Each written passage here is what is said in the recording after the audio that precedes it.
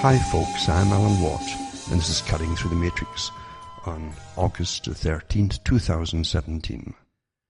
What are the different versions of reality which become the different versions of history down the road, looking back? And I've mentioned it before, we get the accidental view of history, which is the view we'll have when you really believe your indoctrination, that somehow we just bumble and stumble along through time, making all kinds of crazy decisions and suffering the consequences and so on. And that's just the way it is, and that the money goes up and down like a yo-yo because, again, people make the bad decisions, or outsiders make decisions that have got nothing to do with your government, but your government goes along with their big, massive investments or losses or whatever it happens to be. That's the accidental view of history. Things just happen, and we don't see it coming generally. Or if we see it coming, we didn't really think they meant it, and on it goes. In other words, that's the authorized view of history. When it becomes so apparent to too many people that things aren't just happening through accidents all the time, and you point out coincidences, there's too many coincidences leading up to certain things that happen without being stopped, when you could have stopped it so many different ways along the actual path it took.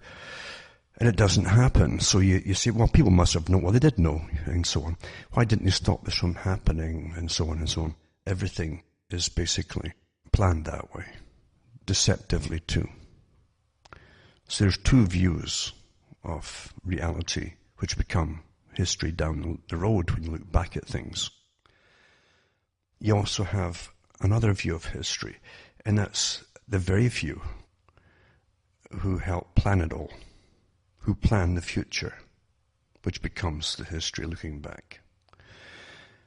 They actually plan it in such a way, and they tell you about it too in their own big, massive, thick books and so on down through the last century and a half maybe, of how they're going to bring in the system of world, not just governance, but governance brings in all aspects of human existence. Everything to do with humanity is encompassed inside this idea of a global society. Everything from the ethnic groups to the future, to the mixing, to the taking down of certain types, the breeding up of other kinds and so on. This is really human farming we're talking about here. And a completely new way of living in such a slick way that most folk don't even figure out that it's happening. They simply walk through it in a sort of hypnotic state, thinking it's all obviously natural because it's happening. Therefore, it must be natural. And that's how simple it really is. But there's also a fourth group of those who actually see it, who are not in on the planning, but they see this happening, and they've got the hardest time of all trying to convey this to other people. And I've said many times, I've come out and said this, that when I first started, I didn't come out to change anything in any big drastic way.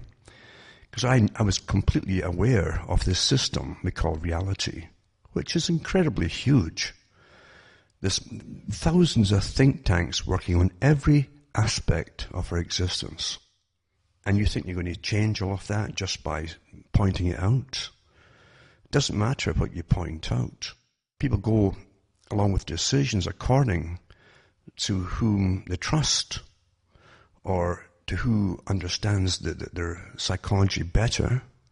That's why fear and terror is a great tool. It's always been used. Stick with us and you'll be all right. That's the old slogan, basically. So it's not a matter of just telling people, but there are those who see it from an early age, and they turn on themselves often. Everything's wrong. They know it's wrong, and they turn on themselves. And I came out to try to stop that from happening. It's very self-destructive, because you don't know all the facts at the time. You just know it's all wrong.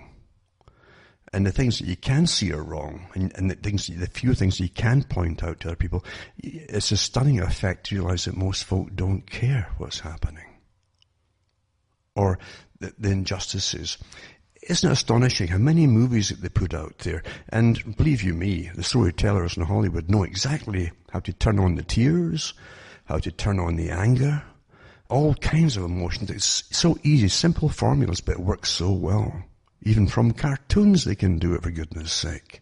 And one of the greatest things that they'll see in a movie is they've got to have justice in the movie. So the bad ones get their comeback on them. And there's always justice. It's a natural thing. But in reality, even though people crave it, it doesn't happen in reality. And it doesn't happen in reality. And this is the thing, most folk don't care. Isn't it odd that? You want to see it happen in the movie, but not in reality. In movies, you'll find they're put together in formulas. They're all formulaic. And it's easy to get the viewer to become involved in the characters in an intense way, very, very quickly, because they've only got about an hour to an hour and a half to get you involved and get the whole story out from beginning to end. So they have a way to really get you involved in it, and you get to like the characters, or you might even identify with the characters yourself. And some people overly do it, in fact. Some people really get involved in movies and start yelling at the screen. You've probably heard it. What happens is you're involved. So because you've been so emotionally involved in a very fast, intense way in an hour and a half, you want something done. So you expect justice to be done, in fact. But in real life, it doesn't work out the same way. You don't have that intense, sudden push to be involved as you were in a movie. And therefore, it's much easier to let things go as your day-to-day problems continue, because you're always going to get problems in life. A lot of them happen anyway, but an awful lot of them too are foisted upon you by the system. You're constantly told that everything that really matters for your survival is out of your hands. That's really the message behind it all. All these unseen hordes of people that manage this strange thing called money that's never stable from one day to the next, never mind from morning till night. And you'll have little of it, they'll have lots of it at the top, the people who manage it all, because they're the con artists, of course, because the whole thing is a con. Quite simply, it's a con. Of course it is. And because it's a tremendous big con, believe you me, you don't tamper with the characters at the top, because in the real world, it's better than any movie, in a sense, because it's much more vicious than the movies. It's way beyond any of their ratings for viewers and so on. They deal with you rather quickly in a whole variety of ways. That's the truth of the world for those who still want to believe in the nice system of democracy and rights, etc. Nothing's further from the truth and reality. And that's the sad part of it too. When you look at, for instance, the whole idea of free trade. Now, free trade came out of the one organization, I've mentioned it so many times, Lord Alfred Milner, who wanted a British Commonwealth world system that would be all work together and working together under unified central authority. Then it set up an American branch, naturally, because they knew they'd have to get a much bigger, wealthier tax base to pool the money from for the future. They were already exhausting Britain with all the foreign wars and so on. And they had to move it to America, to the US, where you had a massive population compared to Britain, and you also had tremendous resources and so on, lots of work, and you could tax the people for a long, long time before they became bankrupt as well. But that's what the whole idea is about. And out of world wars, they eventually put in the United Nations building in New York, which is the big empire state, the world empire. And you'll find this also where as the financial capital of the planet. And from there, of course, they manage the whole amalgamation of nations into first blocks, and then eventually you'll be into your global governance system, as they like to call it. They like to use the word governance. They don't have to actually declare things, and say, oh, we're all one now, and blah, blah, and here's your parliament. They do want it, of course, but that'll come anyway down the road through conflict and through other things in crisis that they'll cause and bring on. It's quite easy to make things happen when you've got the incredible power to make it happen, either financially or through war. The two things combined are what incredible power there is in the world. They can crash economies so easily. They can get billions of people, if need be, pleading to their governments for help and assistance if they wish that to happen. Or they can bring you all into a war and bring you down that way. Or they can do it in many other ways to bring you down through making you all sterile. Not all at once so that you just die off suddenly, but enough in every generation to bring it down. And of course that has been happening too. But as I say, you already got all these different versions of reality. And people do choose which ones they want to believe in. There's not a person in the world will think of themselves as being stupid. People get awfully offended if you call them stupid. They'll be sane. If they saw psychiatrists and so on, they'll all say they're sane people with their opinions, but they haven't got a clue outside of their television newscast as to how reality really works, or what's really, really happening, or why things really do happen in the world. They don't know. They think they're completely informed. They have lots of friends who also watch the same newscast and get their reality from that and think this is what's happening, and here's why it's happening, and so on. And the ones who really, really believe it all, and there are people who really believe it, that's the shocking part of it. There are people who believe everything they're told. And why not? I mean, whoever grabbed you by the shirt collar and shook you when you're young and said, wake up, here's reality. Here's reality. Don't believe all that nonsense. Here's how things work. No one does that. And if your parents accept it as all normal, so will you, unfortunately. And that's what the big boys at the top count upon. You'll find books talking about the need for a world war, which became World War I, years before it happened. You'll find books between the two world wars talking about the need for a second world war. And you'll find books too saying that out of world wars, if they can get them, they could bring a United Nations, a world parliament to manage everything. But they would need the conflict to make it happen. Now, there's no mention in these about the incredible misery and slaughters that world wars would create. It really didn't matter to these big people at the top, these planners.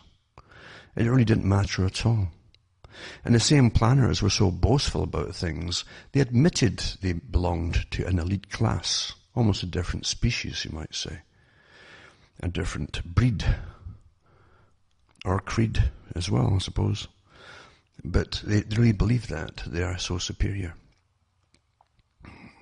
And some of the writers got carried away, like H.G. Wells, and he believed himself that he belonged to this elite club.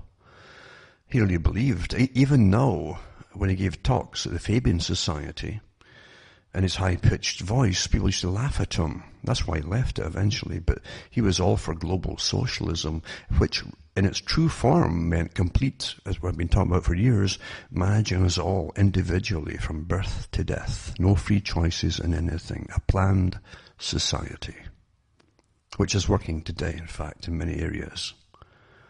You know, there are people, because of the chaos with the takedown of the family units and so on today, and this incredible growth, which again was forecast a long time ago by the big planners, the growth of social agencies, given government approval, even though they're private agencies really, to have power over the lives of both parents and children.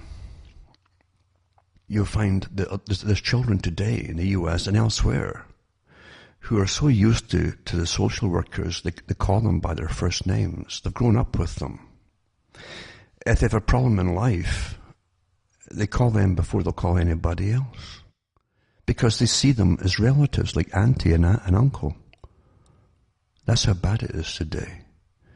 But don't ever think that anyone with a paycheck from the government is your aunt or your uncle. That's the beauty of it. It's like a sci-fi movie, isn't it, where the aliens are managing the planet. That's how you kind of see this kind of thing. But they've trained the people not to see them as they really are. That's how the world is run. you have batteries and batteries of scientists of all kinds working with the global elite. And you can go back into the writings of the secretive societies. Yeah, and yes, they have secret societies, or societies with secrets, as like to do their little play on words and semantics. But you can go into the alchemists, and the alchemists wrote about it, saying that they were learning the powers of it's really basic chemistry is what they were going into. And they believed that governments would eventually come to them, to their little cabals or guilds, and leaders of nations and kings would have to come to them for their secrets, for power.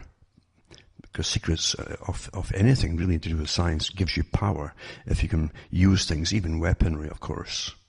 And they believed that eventually they themselves, being the literate class, you might say, would eventually become the power over societies, the scientific elite. All beginning, as I say, with themselves in alchemy, etc. Alchemists too were basic chemists, and they also sold things. I was reading, for instance, about some violins, like Stradivarius and so on, and the tests that they've done to try to find out why they were the tone is so beautiful in them, very unique. And there's a few reasons, but one of them too was also to do with the finish they used on them.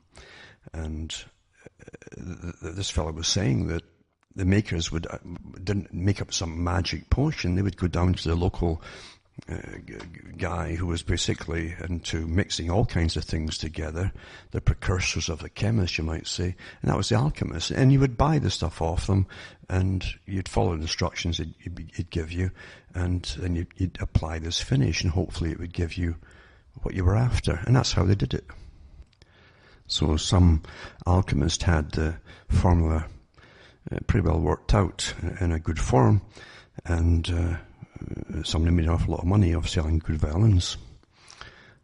Of course, there's more to it than that too. It was all to do with the wood and the way the wood was soaked so long in water, etc., etc., etc., floated down rivers and even kept in water in the log form, etc., etc., etc. There's an awful lot of etceteras, of course, in the making of anything to make it really, really good. But the point is, you definitely had what they called the underground stream as well, where they formed these little clubs and groups and had their secrets. And of course, even for the public, they'd give a lot of nonsense to the public, thinking there were kind of magical stuff involved in the mixing of these potions. But in a way, that added to their mystique to an extent, and gave them more power in a sense as well. Folk like that kind of thing. And I think, wow, there's more. It's the same when they're selling stuff today to cure you and things. You know, you take an ordinary thing, and then by the time you're finished with a good salesman, this thing will cure you of anything. This whatever it happens to be, could be grass clippings for all you know. But by the time it's finished, you'll pay the earth because it's going to cure you of everything. It's the same kind of thing too. That's part of the mystique which they used to call magic, but today is good chronology. But that leads right back into what I'm talking about, to reality and the versions of reality. People will choose the version of reality they want to believe in. Naturally they do. And with psychologists and all the behaviorists, etc., that you'll hear this term they're always using in their talks, like they'll say, what investment do you have in this particular area? Meaning a psychological or emotional or whatever area. It's everything to do with investment. So it's broken right down into basic, the usual stuff. Greed, simple greed, and want, and all the rest of it, and desire. And that's what they call investment. And that's how they work out how to manipulate, in fact. Unfortunately, a lot of it's true. In other words, if you truly are, you're a human being, but you do share a lot of common things with other creatures, like the mating instinct, things like that. These all can all be used, amplified, and used against you as well. They can also be used to weaponize a society, to destroy the society in the family unit, which has happened as well. It's all perfectly well understood by the boys at the top. Remember, the ones at the top work in generations, many generations. That's how they plan the future. And they work it right down to how many folk they even want around in the future to service those elite people. They keep using the nonsense of democracy or republicanism, which is absolute nonsense, because we never had it. I really don't think we've ever really had it.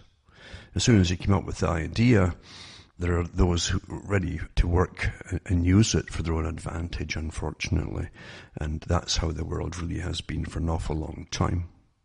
You can't get honest people to stay honest once you get them into government positions, especially when you've got intergenerational, lifelong politicians. They're in it for life, and they'll never meet a compromise that they don't like, especially when it benefits themselves. And in other words, it's corrupt. And it's so far removed from the ordinary people that, again, it's like another creed or breed as well. They're so separate from the ordinary people, they have very little in common with them at all. But the way to rule the world into a version of reality is always, as I say, through fear. Again, financial collapse, joblessness, starvation, the threat of war, and so on. Fear is the biggest thing out there to use. Even pharma companies, big pharma companies, I watched a documentary, it was sent to me a while back, on big pharma and how they push the various drugs that they push into people and get round there's so many different restrictions on themselves to even get ads out there and so on, to get the people to push to have these particular drugs prescribed to them by their doctors and so on. A tremendous, massive, big business in psychology is to make this all happen. And really, when you work it down to these particular drugs, so many of them that are used daily now, very commonly, they're completely unnecessary. You create a problem that often doesn't exist. It really doesn't exist at all. And one documentary was awfully good. I've seen it years ago too, and again recently, and it did go through how, I think it was called The Men Who Make Us Spend. The Men Who Make Us Spend, I think. They go through how the history of the big pharma companies. And one guy back in the 50s, maybe, could be in the 40s or 50s, said that the problem with pharmacology is that only sick people need medicine. And he says it's a shame we can't train the people, basically, to use medicine all the time, even when they don't need it. Well, they've come up with many ideas to make it so, just that so. And they come up with a lot of things which really don't exist. And many fudged studies, of course, come down to say, oh, you really need this because your cholesterol's up or whatever it happens to be. And some of these documentaries go through this whole process. And very well done, and they stick to the facts and the data that's out there to support their claims and so on. But what I'm saying is that that's how you spend as well. It's through fear. It's through fear. Without fear, you won't spend your money on the stuff that they want you to spend it on, which is their business. And so you must always create fear. Make them spend it, and they'll hope that they'll survive anything that comes down the pike.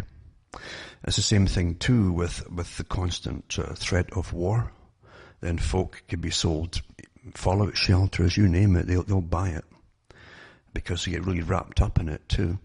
And there's many organizations out there that use various means of propaganda to make you buy everything under the sun, including the kitchen sink, in a sustainable version, of course. But what I'm saying is, everything out there in the area, especially of media and electronics, is geared towards shaping you into something other than an individual, thinking, independent being. That's the enemy of those who want to sell you things. They must shape you into a different kind of product, and that's what you are, you're a product.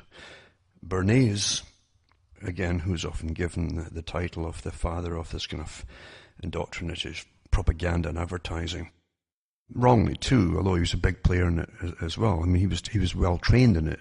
It existed before him, long before him, but he was trained in how people really, really work in crowds and so on. The mass character, in other words.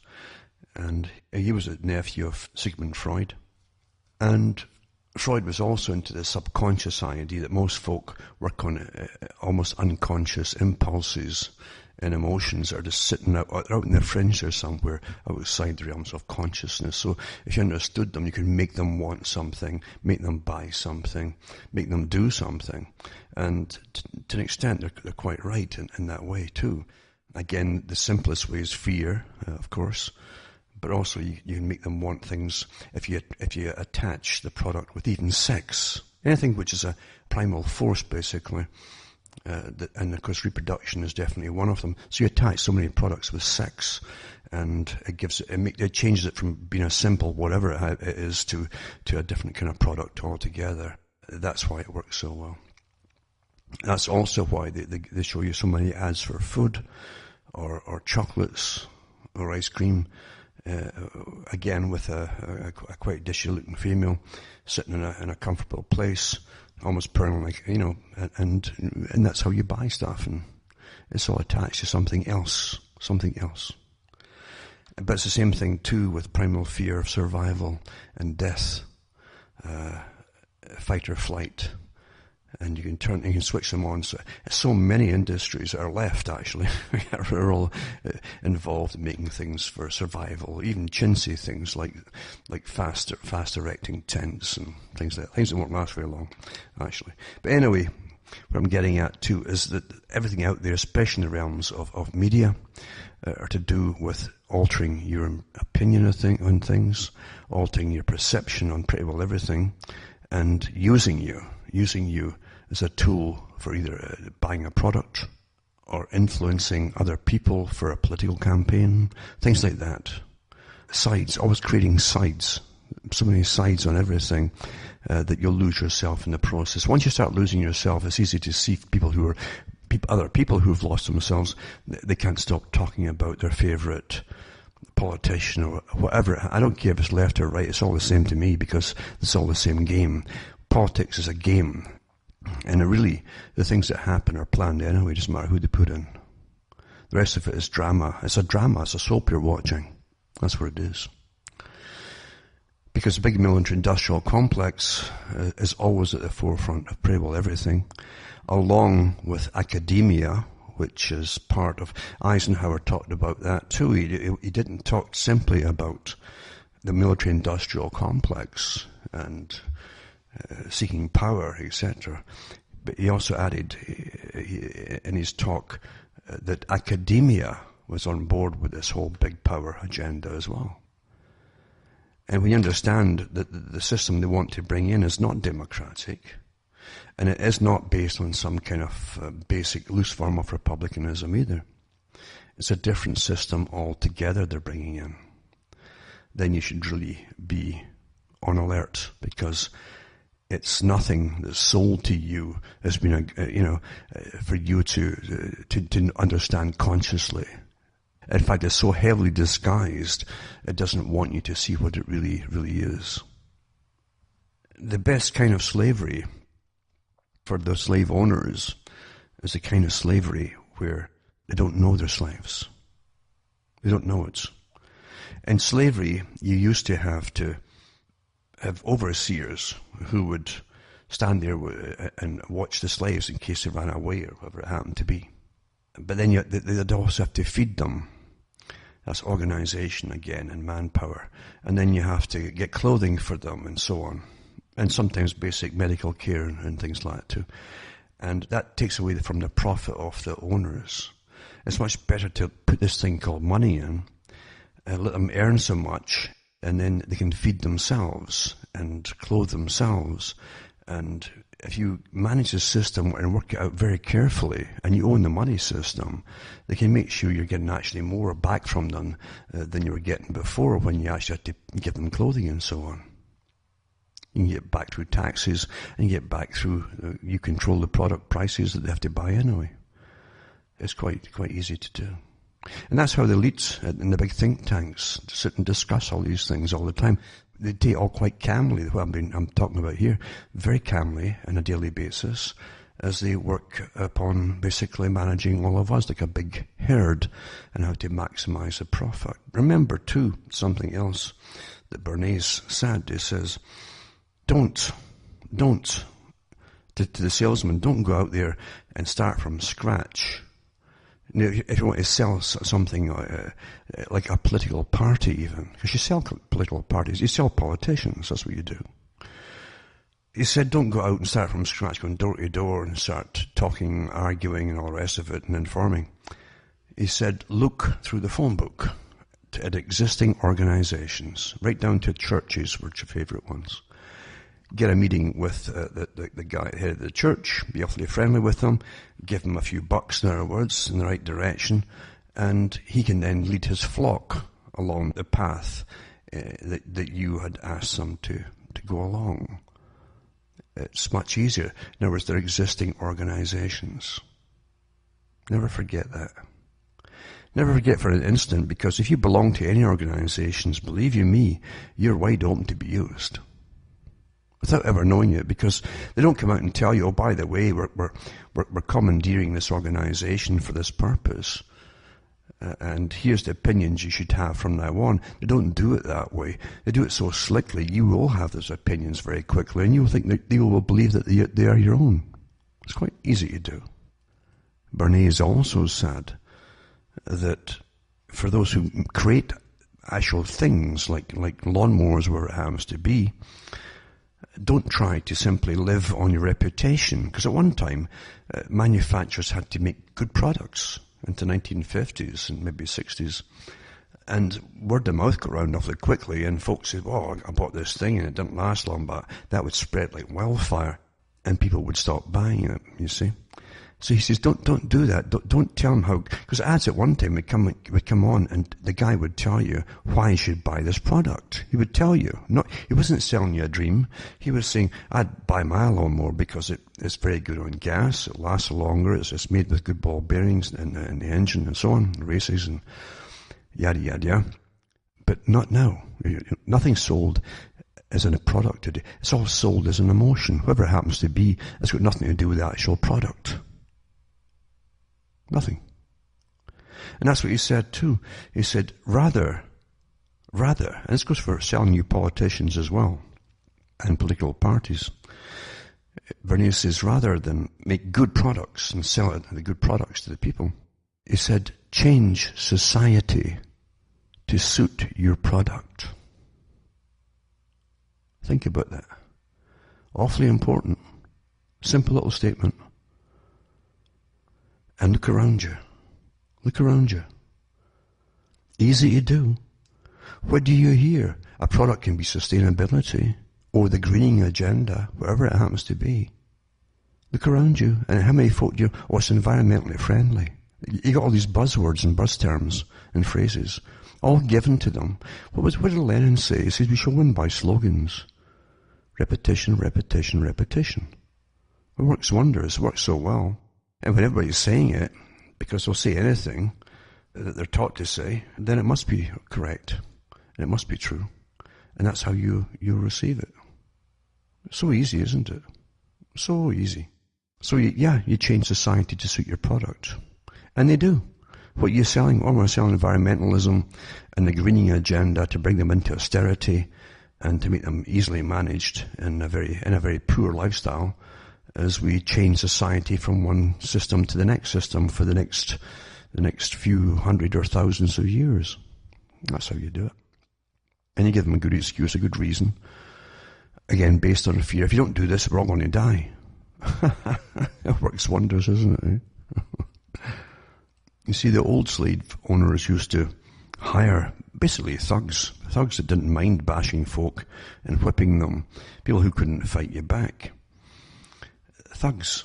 Today they employ think tanks with very official sounding names to make it, because that's how we're impressed. Being little people, you see, we're very impressed by official sounding names.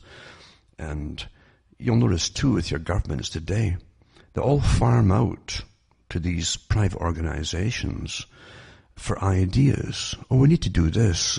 What do you suggest? Then they pay them, these these are the people who are ruling you. The rulers get paid, all these different organizations, they get paid by your tax money, via your governments, to do the things that your governments you would do in the first place without farming the work out to them. Everything's public-private partnerships now. So private organizations rule your lives. And it's really down to what appears to be a handful of them, but they're all connected to the same organization at the top. And I've spoken about it so many times over the years. You just keep falling over it each time you turn around. The ones who came out with the big global agenda in the first place. Carol Quigley said they're bringing in a new feudal system.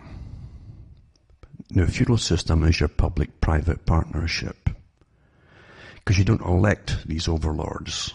But he said the new feudal overlords will be the CEOs of private corporations.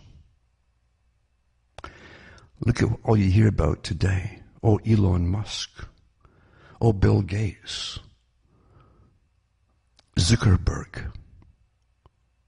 All these frontmen, and they are frontmen, who make their money off creating things that you all pay for. I don't mean things that they sell you. I'm talking about whatever they want to sell you. You pay the money through billions of dollars in tax fund money to fund and create their organizations or their factories that they want to sell to you the products of. You pay for it all. Can you go to the government and say, give me a grant for a few billion? I've got a great idea. So you're not in the club. That's why you won't get that given to you. But these guys are in the club. Public-private partnerships, they're anything but democratic. Of course they're not democratic. And look at all the great grandiose plans of these guys that are put out to you as being some sort of geniuses who come out of nowhere with ready-made stories of how clever they are. But in reality, they're big organizations behind them all. They're just the front men. To change the world. Remember what the Council on Foreign Relations said a few years ago? It's time that the big philanthropists, these big guys, that some of them we just mentioned there, would take the rightful place in governing the world. Really? Do you understand what they're saying? This Council on Foreign Relations, again, the private organization, that's the American branch, basically, and Canadian branch of the Royal Institute for International Affairs, private organization for global governing, or governance, as I like to call it. Think about it. It's awfully important. An amalgamation of blocks of countries into trading blocks and then eventually under a world government. They've been quite open about it and honest about it. Interestingly enough, too, a few years ago, if you mentioned this to anybody, they'd have balked at it and balked at you and ridiculed you, but not now, because of the little bits they get here and there in dramas or movies or little bits and bites and documentaries to do with it. They start to kind of believe it, because they're all getting conditioned to start to accept it and think it's all quite normal as it comes in. That's how it's done. As Jacques Ellul said, the philosopher, he says people don't learn by really studying anything or reasoning through it. It's more like osmosis. It just kind of comes across in little bits and bites to their skulls through everyday working and little things, little quips they hear and don't take much notice of consciously, but eventually these little bits and bites get through to them, and because they don't consciously think through it in a logical way, they accept it when it happens, thinking it must be quite normal because somehow it's all familiar to them. It's quite simple at the process. But yeah, public-private partnerships, feudalism, you're in it. You're in it. Don't you ever get upset and think, how dare they? How dare government or governments across the planet farm out everything they should be doing themselves to private companies that specialize in running the same things across the whole planet, some of them? And you still go and vote. Well, why not just vote for these corporations then? Why not do that? Because the time is coming, obviously. And mind you, you can train the population. You really, really can train them to vote or even worship anything. You can do it given enough time, because the techniques of brainwashing folk are all here, and they really do work very well, proven over and over again on most people. Not them all, but most people. Yep, it really is astonishing to watch what's been done even since the 1970s to the present day across the whole planet, and to society and the structure and fabric of society as well. It's still going on, but it's incredible to watch it happening. And these guys were so confident, like Bertrand Russell and so on, they were so confident they could pull it all off. So was Aldous Huxley. He talked about it with the techniques he called it techniques, scientific techniques. He was talking about mass psychology, very intense psychology, and behaviorism techniques and neuroscience as well, used on the general public. He said that basically it could be frightening because it could make them do things that they ought not to accept and do. And it's so right.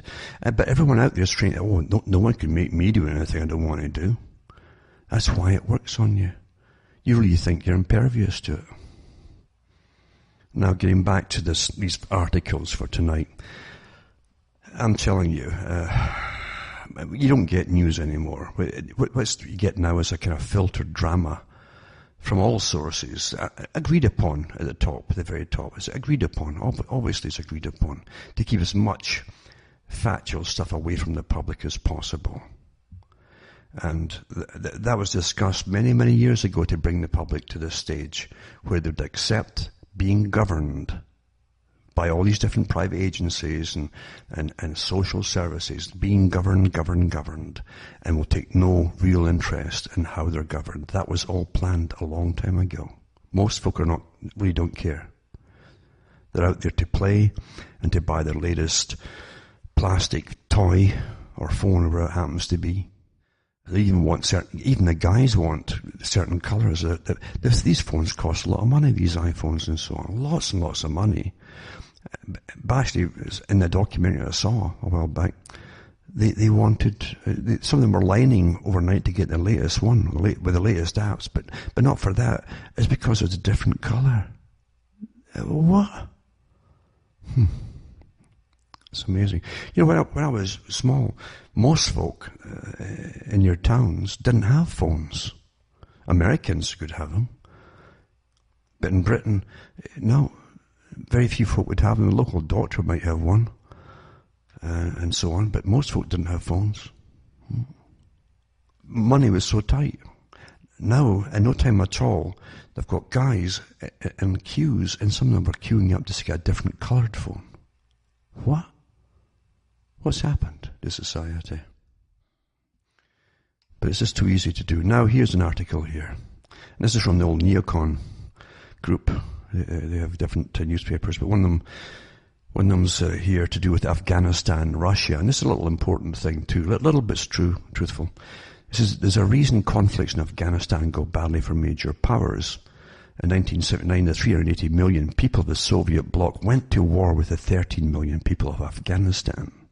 After suffering horrendous casualties in 10 years of bloody warfare, the Afghan rebels should have been ready to surrender, but the Russians were not aware that during a decade, that's 10 years of conflict, Afghanistan's already high war index had jumped from 4.65 to 6.53. Faced with that extreme drive of angry young men, it was a communist superpower that gave up the fight. The Soviets, with their falling birth rates, could not match Afghanistan's endless supply of military replacements and its unwavering willingness to fight. Now again, if you've done much reading at all, you'll find a lot of the characters I've mentioned over the years that churned out their books and talked about this very technique of literally, breeding out in order to fight an enemy down the road. Just breed up your stock or breed it down if you want to lose. And that's what's been happening as well. And today you also have other bigger powers that through various means are making the men sterile too. That's not by coincidence, folks. It's not coincidental. So this is a common thing that's taught in military academies too, about population and the drive, getting men to marry young and start producing children in a lot of countries, and the constant estimating by the decade of what the population should be, if you can really push it up, etc., and get the population numbers up. Can you win a long-term battle? They'll get taught that. Anyway, I'll put this link up just to tell you that President Trump, it says, has another Russian problem, because of course they're going to have. I can remember back in the late 90s on a show, I was asked about Russia and so on, and now that the wall had fallen, the Berlin Wall, and I says, everything will go fine until they want an enemy again, and they'll revive the great bear, the big bad bear, if it suits them. And here we are, because they always got to have an enemy, even though at the very, very top of things they really don't have enemies, even during the Cold War. It's quite interesting too that during the Cold War in Vietnam, you find that it was noticed by Americans and aerial photography and so on that the big army vehicles that were used by the northern Vietnamese were actually identical to an American company. And the reason being that American company had a big factory in Russia. Russia was supplying the North Vietnamese with these particular vehicles. Now it's called GAZ, G-A-Z company. But they're identical with the ones in a corporation in the US. These things, they go on regardless of the pretended wars and so on for the military-industrial complex. And back to the war nonsense again. But it says, are mercenaries really a cheaper way of war? And it says, the founder of Blackwater, that's a private company that eventually changed its name to the Academy, I think it was, says privatizing the 16-year war could save taxpayer money for Afghanistan. So it follows him in the last article, you see. They're telling Trump that they have to get back into Afghanistan. So the founder of Blackwater says privatizing the 16-year-old war could save taxpayer money. History, both recent and further back, suggests a different outcome. And the world is sliding in a strange direction when a prince wishes to become a viceroy. This is the little play on things, because the CEO, or the founder, of the Academy is Erik Prince. This is the founder of the Mercenary Academy, previously called Blackwater, who's been pushing a plan to privatize the war in Afghanistan. The privatizing wars, eh? And we're taking it in our stride. 16 years, my country's longest war, continues to cost huge sums of money. $40 billion this year alone, and there's no obvious end in sight. Amazing too, though, because the US is still providing troops and security for all the Chinese trucks that are taking all the minerals out of there too, I've read over the years. So it's big business as usual. And many other things apart from just the minerals. Anyway, it says so Prince's plan is for the US to turn the war over to mercenaries, perhaps say the Academy, that's his organization, and to appoint a viceroy, perhaps say Erik Prince, to run the war. So it's quite good. And again, I'll put up this article, another one that says US forces should acquire material and hire manpower support. It all comes out at the same time, because everything is managed by big advertising agencies. They put all different articles on the same topics at the same time. So the average person will see from different sources thinking it must be real news. But in fact, you're looking at a massive ad. That's what you're looking at. It's advertising. And getting used to the idea. Anyway, Erik Prince is a former Navy SEAL officer and founder of Blackwater USA, chairman of the Frontier Services Group, a logistics company focused on Africa and South Asia. Again, he goes into the reason they should privatize this whole thing. Also put up his wiki, of course, and you look up that for yourself as well. And then what's also interesting is this article. But just to show you it's a small world and all that, that your democracy or democratic republic, however you want to call it, republicanism, is all working for you. It says Elizabeth DeVos, her name is. Elizabeth D. DeVos is a businesswoman, politician, activist who is the 11th and current United States Secretary of Education. Member of the Republican Party, known for support for school choice, school voucher programs and charter schools. She was Republican National Committee woman for Michigan from 1992 to 1997 and served as chairwoman for the Michigan Republican Party from 1996 to 2000, with re-election to the post in 2003. She's right into the educational system and so on. Also for the Alliance for School Choice and Action Institute, etc. She's married to Dick DeVos, the former CEO of multi-level marketing company Amway. They were the ones who really started off the pyramid minerals and vitamin stuff from Utah, I think it was. Anyway, and is the daughter-in-law of billionaire and Amway co-founder Richard DeVos. Her brother is Erik Prince, the former US Navy SEAL officer, and he's the founder of Blackwater USA. Anyway, the DeVos family was listed by Forbes as the 88th richest family in America with an estimated net worth of $5.4 billion and so on. November, President Donald Trump announced that he would nominate DeVos to serve as Secretary of Education in his administration. Small world, though, eh? Everything comes together at the right time for those who, those who are around you, perhaps, maybe even help you, who knows. There's also an article, too, by Paul Craig Roberts, who's, I don't know how, he's further left than maybe Trotsky, but he's also writing a lot of things, too. But he just mentioned that Trump will now become the war president because he can't get forward with any help from the administration, so he's got nothing left except just to basically cave in and become the war president. That's how he's spinning that one. But personally, I think that it was always on the cards that Trump will be the war president across the Middle East, what's left of it, and finish off some of the jobs there too, obviously. And he's also promised to deal with Iran and so on for interested parties. I'll put up a link too to show you that most countries aren't really caring about this nonsense from North Korea. It's a red herring, it's a diversion, while other things are actually really happening as we go along here. Another few articles I put up too from the Council on Foreign Relations and the CIGI group, which is just another CFR group in Canada, basically, that helps to run global governance as they talk about it. This private organization advises the governments what to do.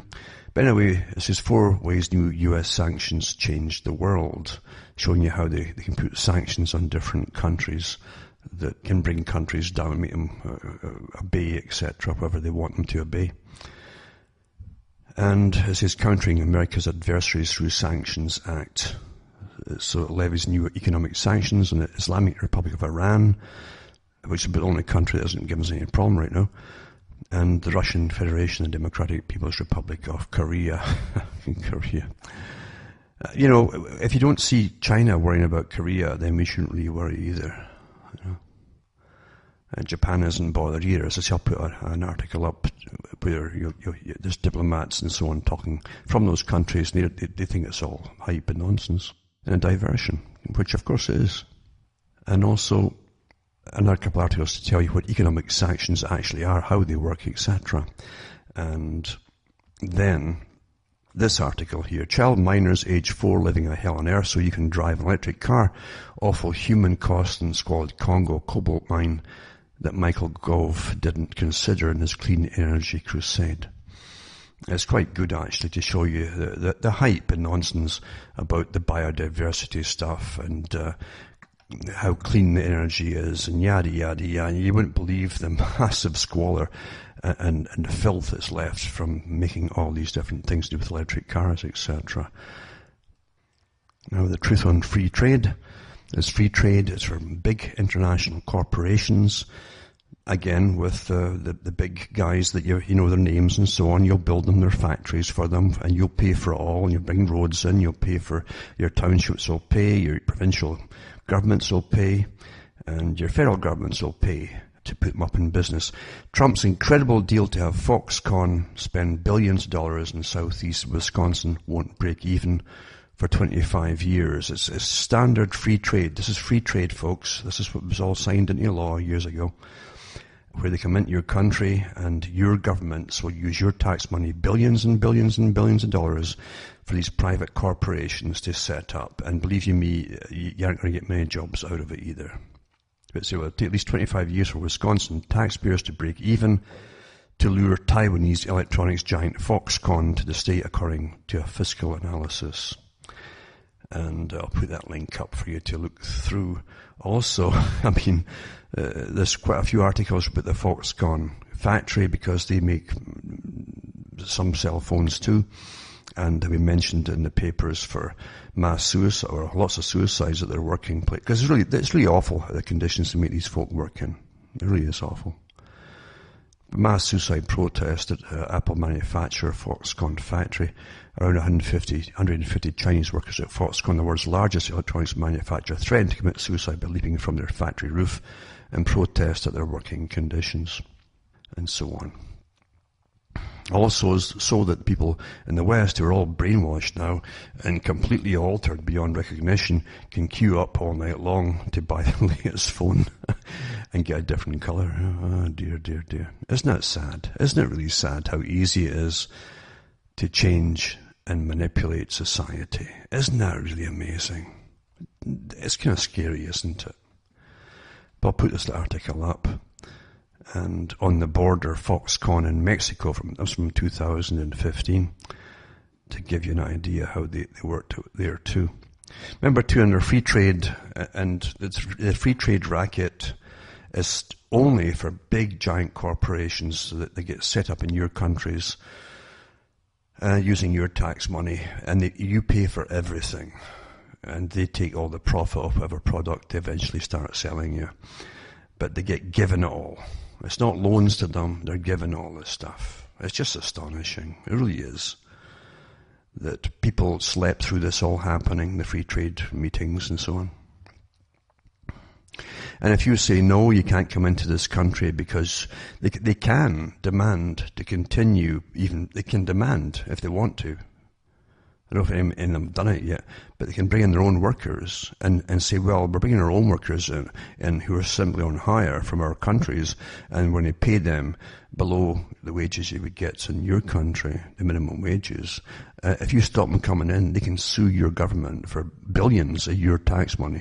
That's how they did it across Britain for the EU, by the way. So many companies that never set up simply threatened to go into these countries and set up with certain conditions. They were turned down knowingly. They know they would get turned, and then they sued and they got billions for doing nothing. What a racket it all is, isn't it? Eh? What a racket. But you know, most folk don't even realise how vastly the system's changed in 20, 30 years. They've just floated through it all, thinking it must be normal. You know, the accidental stumbling along view of history when it was actually planned before they were born for most of them.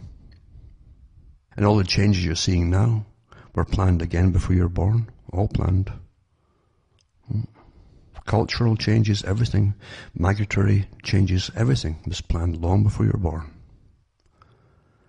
But yep, you're stumbling along down through history. It's all just happening accidentally. Eh? Mm-hmm. Sure. From myself, Alan Watt from Ontario, Canada, it's good night, and may your God or your gods go with you.